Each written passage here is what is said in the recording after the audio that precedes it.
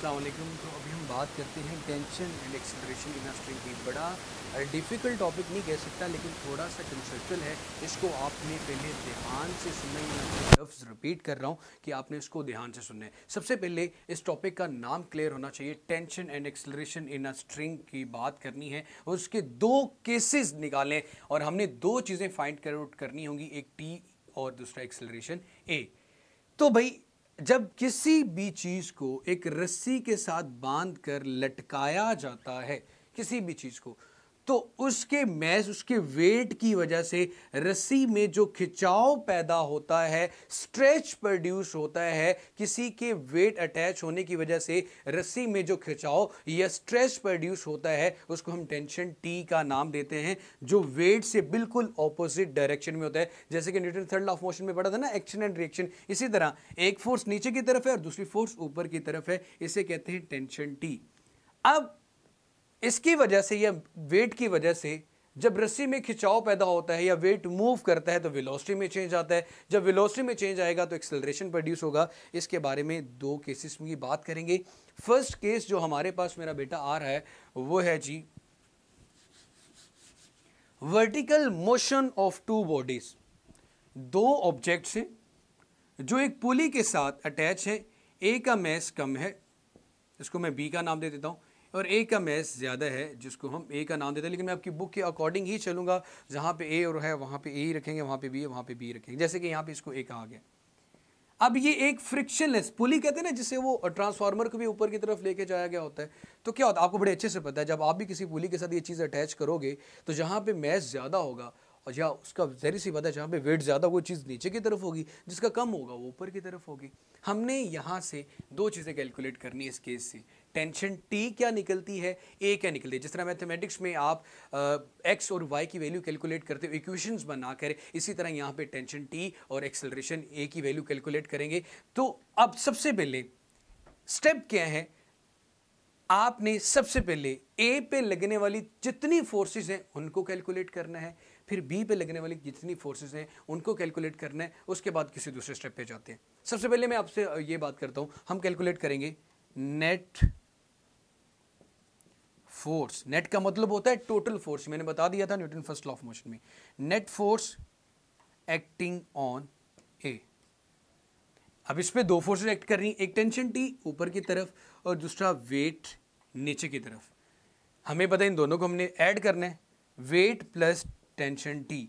लेकिन एक चीज याद रखना, जब दो फोर्सेस ऑपोजिट डायरेक्शन में हो तो जिसकी वैल्यू कम होगी उसके साथ साइन नेगेटिव आएगा, जिसकी वैल्यू कम होगी उसके साथ साइन नेगेटिव आएगा। तो उसके साथ साइन मैं लगा देता हूं नेगेटिव। तो नेट फोर्स एक्टिंग ऑन ए का जो फॉर्मूला बन गया वो बन गया प्लस इंटू माइनस माइनस होता है टी। अब वेट का फॉर्मूला हमने पढ़ा हुआ है वो होता है जी एम जी।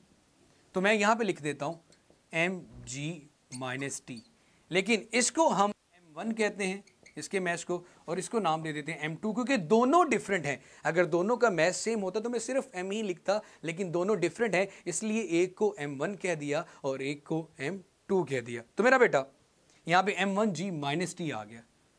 ठीक है मेरे भाई। अब यहां पे इस डायरेक्शन में इस तरफ क्या लिखा हुआ है, नेट फोर्स। हमें बड़े अच्छे से पता है from second law of motion, जो फोर्स होती है ना मेरा बेटा, वो लिखनी है हमें। एक इक्वेशन लिखनी है ना, सिर्फ नेट फोर्स थोड़ी लिखेंगे, फोर्स की वैल्यू लिखेंगे।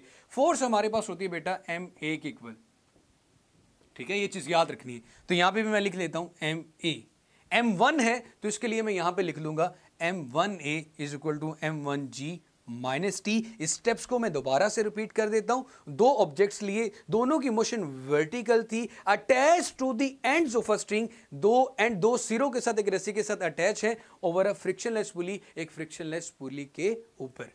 M1 is equal to M1G minus T आ गया। ये मेरे पास इक्वेशन नंबर 1 आ गई। ए का काम खत्म। अब बी की बात करते हैं। बी के ऊपर now net force acting on B. अब इस पे भी दो फोर्सेस एक्ट करी, एक टेंशन टी और दूसरा वेट डब्ल्यू।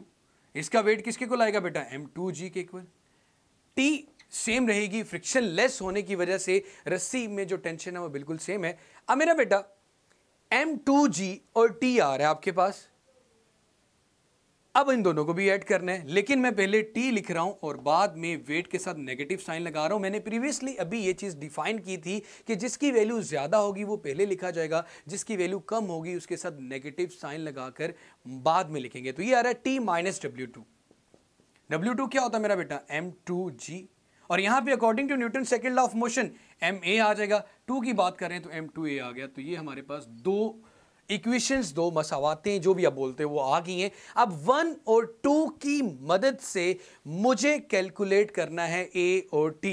जैसे x और y की दो इक्वेशंस आ जाएं, जब आप x निकालते हो तो आप चाहते हो तो उस इक्वेशन में y ना हो, जब आप y निकालते हैं तो आप चाहते हैं कि इस इक्वेशंस में x ना हो। इसी तरह हमने जब इस ब्लॉक को नीचे की तरफ मूव किया, ये भी ऊपर की तरफ गया, इसकी वेलोसिटी में चेंज आया, वो चेंज निकालना है और टेंशन कितनी प्रोड्यूस हुई वो निकालनी है इस फॉर्म में। तो मैं इसको जरा थोड़ा सा रेस कर देता हूं।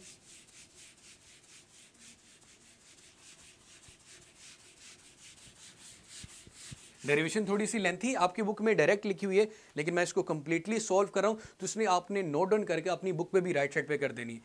अब मैं क्या करता हूं, सबसे पहले मैं अपनी दोनों इक्वेशंस को ऑब्जर्व करता हूं। एक वैल्यू टी की नेगेटिव है और एक टी पॉजिटिव है। सिंपली जब दो चीजों को मैं ऐड करूंगा तो माइनस और प्लस की चीजें कैंसिल हो जाएंगी, कि जब अगर मुझे ए निकालना हो तो इक्वेशन में टी नहीं होना चाहिए, टी निकालना है तो इक्वेशन में ए नहीं होना चाहिए। सो मैं ये लिखता हूं बाय एडिंग, या तो ऐड करेंगे या सब्ट्रैक्ट करेंगे या डिवाइड करेंगे, ये तीन ऑपरेशंस हम परफॉर्म करके ए और टी की वैल्यू निकालेंगे।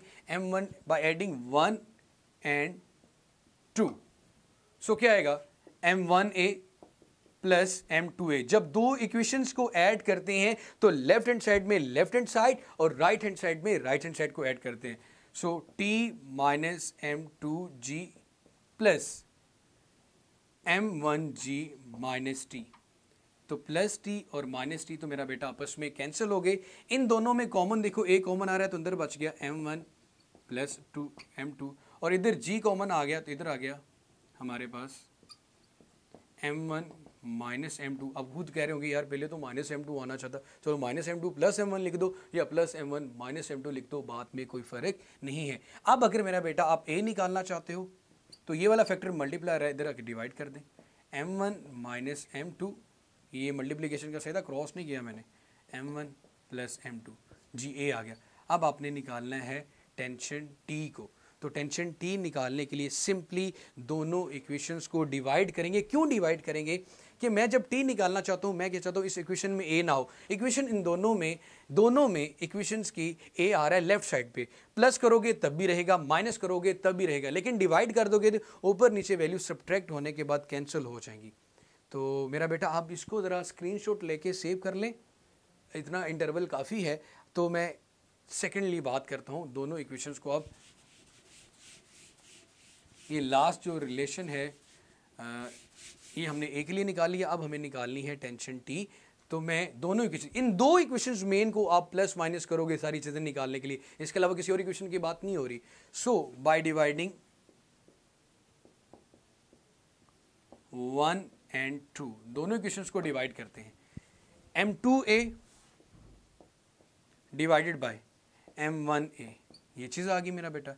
इधर आ गया t माइनस m2g, डिवाइड यही से ही कर देना, एक वैल्यू ऊपर लिख दी दूसरी नीचे, और नीचे क्या आ रहा है m1g माइनस टी। ए के साथ कैंसिल, यही हम चाह रहे थे। अब होगी क्रॉस मल्टीप्लीकेशन, ये इधर आके मल्टीप्लाई हो जाए या ये इधर जाके मल्टीप्लाई हो जाए, ये इधर जाके मल्टीप्लाई हो जाए, इधर जाके मल्टीप्लाई हो जाए, बात सेम ही है। तो क्या करेंगे, m2 into m1g minus T is equal to m1 into T minus m2g। अब m2 को इस पूरी वैल्यूज के साथ अंदर मल्टीप्लाई कर दें तो m1 m2g माइनस m2t आ जाएगा। इधर m1t plus into minus minus m1 m2g आ जाएगा।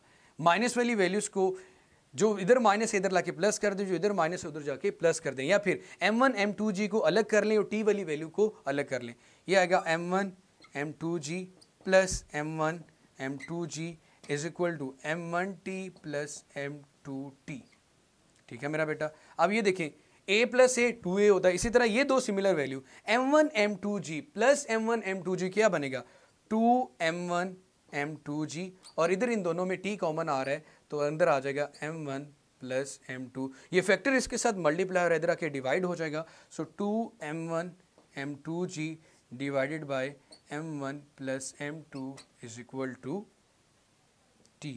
ये हमारे पास टेंशन t आ गई। तो ये था मेरा बेटा हमारे पास। इस डेरिवेशन को कंप्लीट कीजिएगा। आपकी बुक में वैल्यूज़ डायरेक्ट लिखी हुई हैं, मैंने आपको डेराइव कर दिए। डेराइव करने से, प्रैक्टिस करने से आपके लिए टॉपिक समझना बहुत आसान हो जाएगा। मेरी जान 2 स्टेप्स याद रखिएगा, net force acting on A and net force acting on B. जब आप निकाल लेंगे तो सिंपली 2 इक्वेशंस को या तो प्लस करना होगा या माइनस करना होगा, या फिर इनको डिवाइड करके हम ए और टी की वैल्यू निकालेंगे इंशाल्लाह। इसका जो सेकंड केस है हम इसके नेक्स्ट लेक्चर में देखेंगे। तो अपना बहुत सारा सा ख्याल रखिएगा। अल्लाह हाफिज़।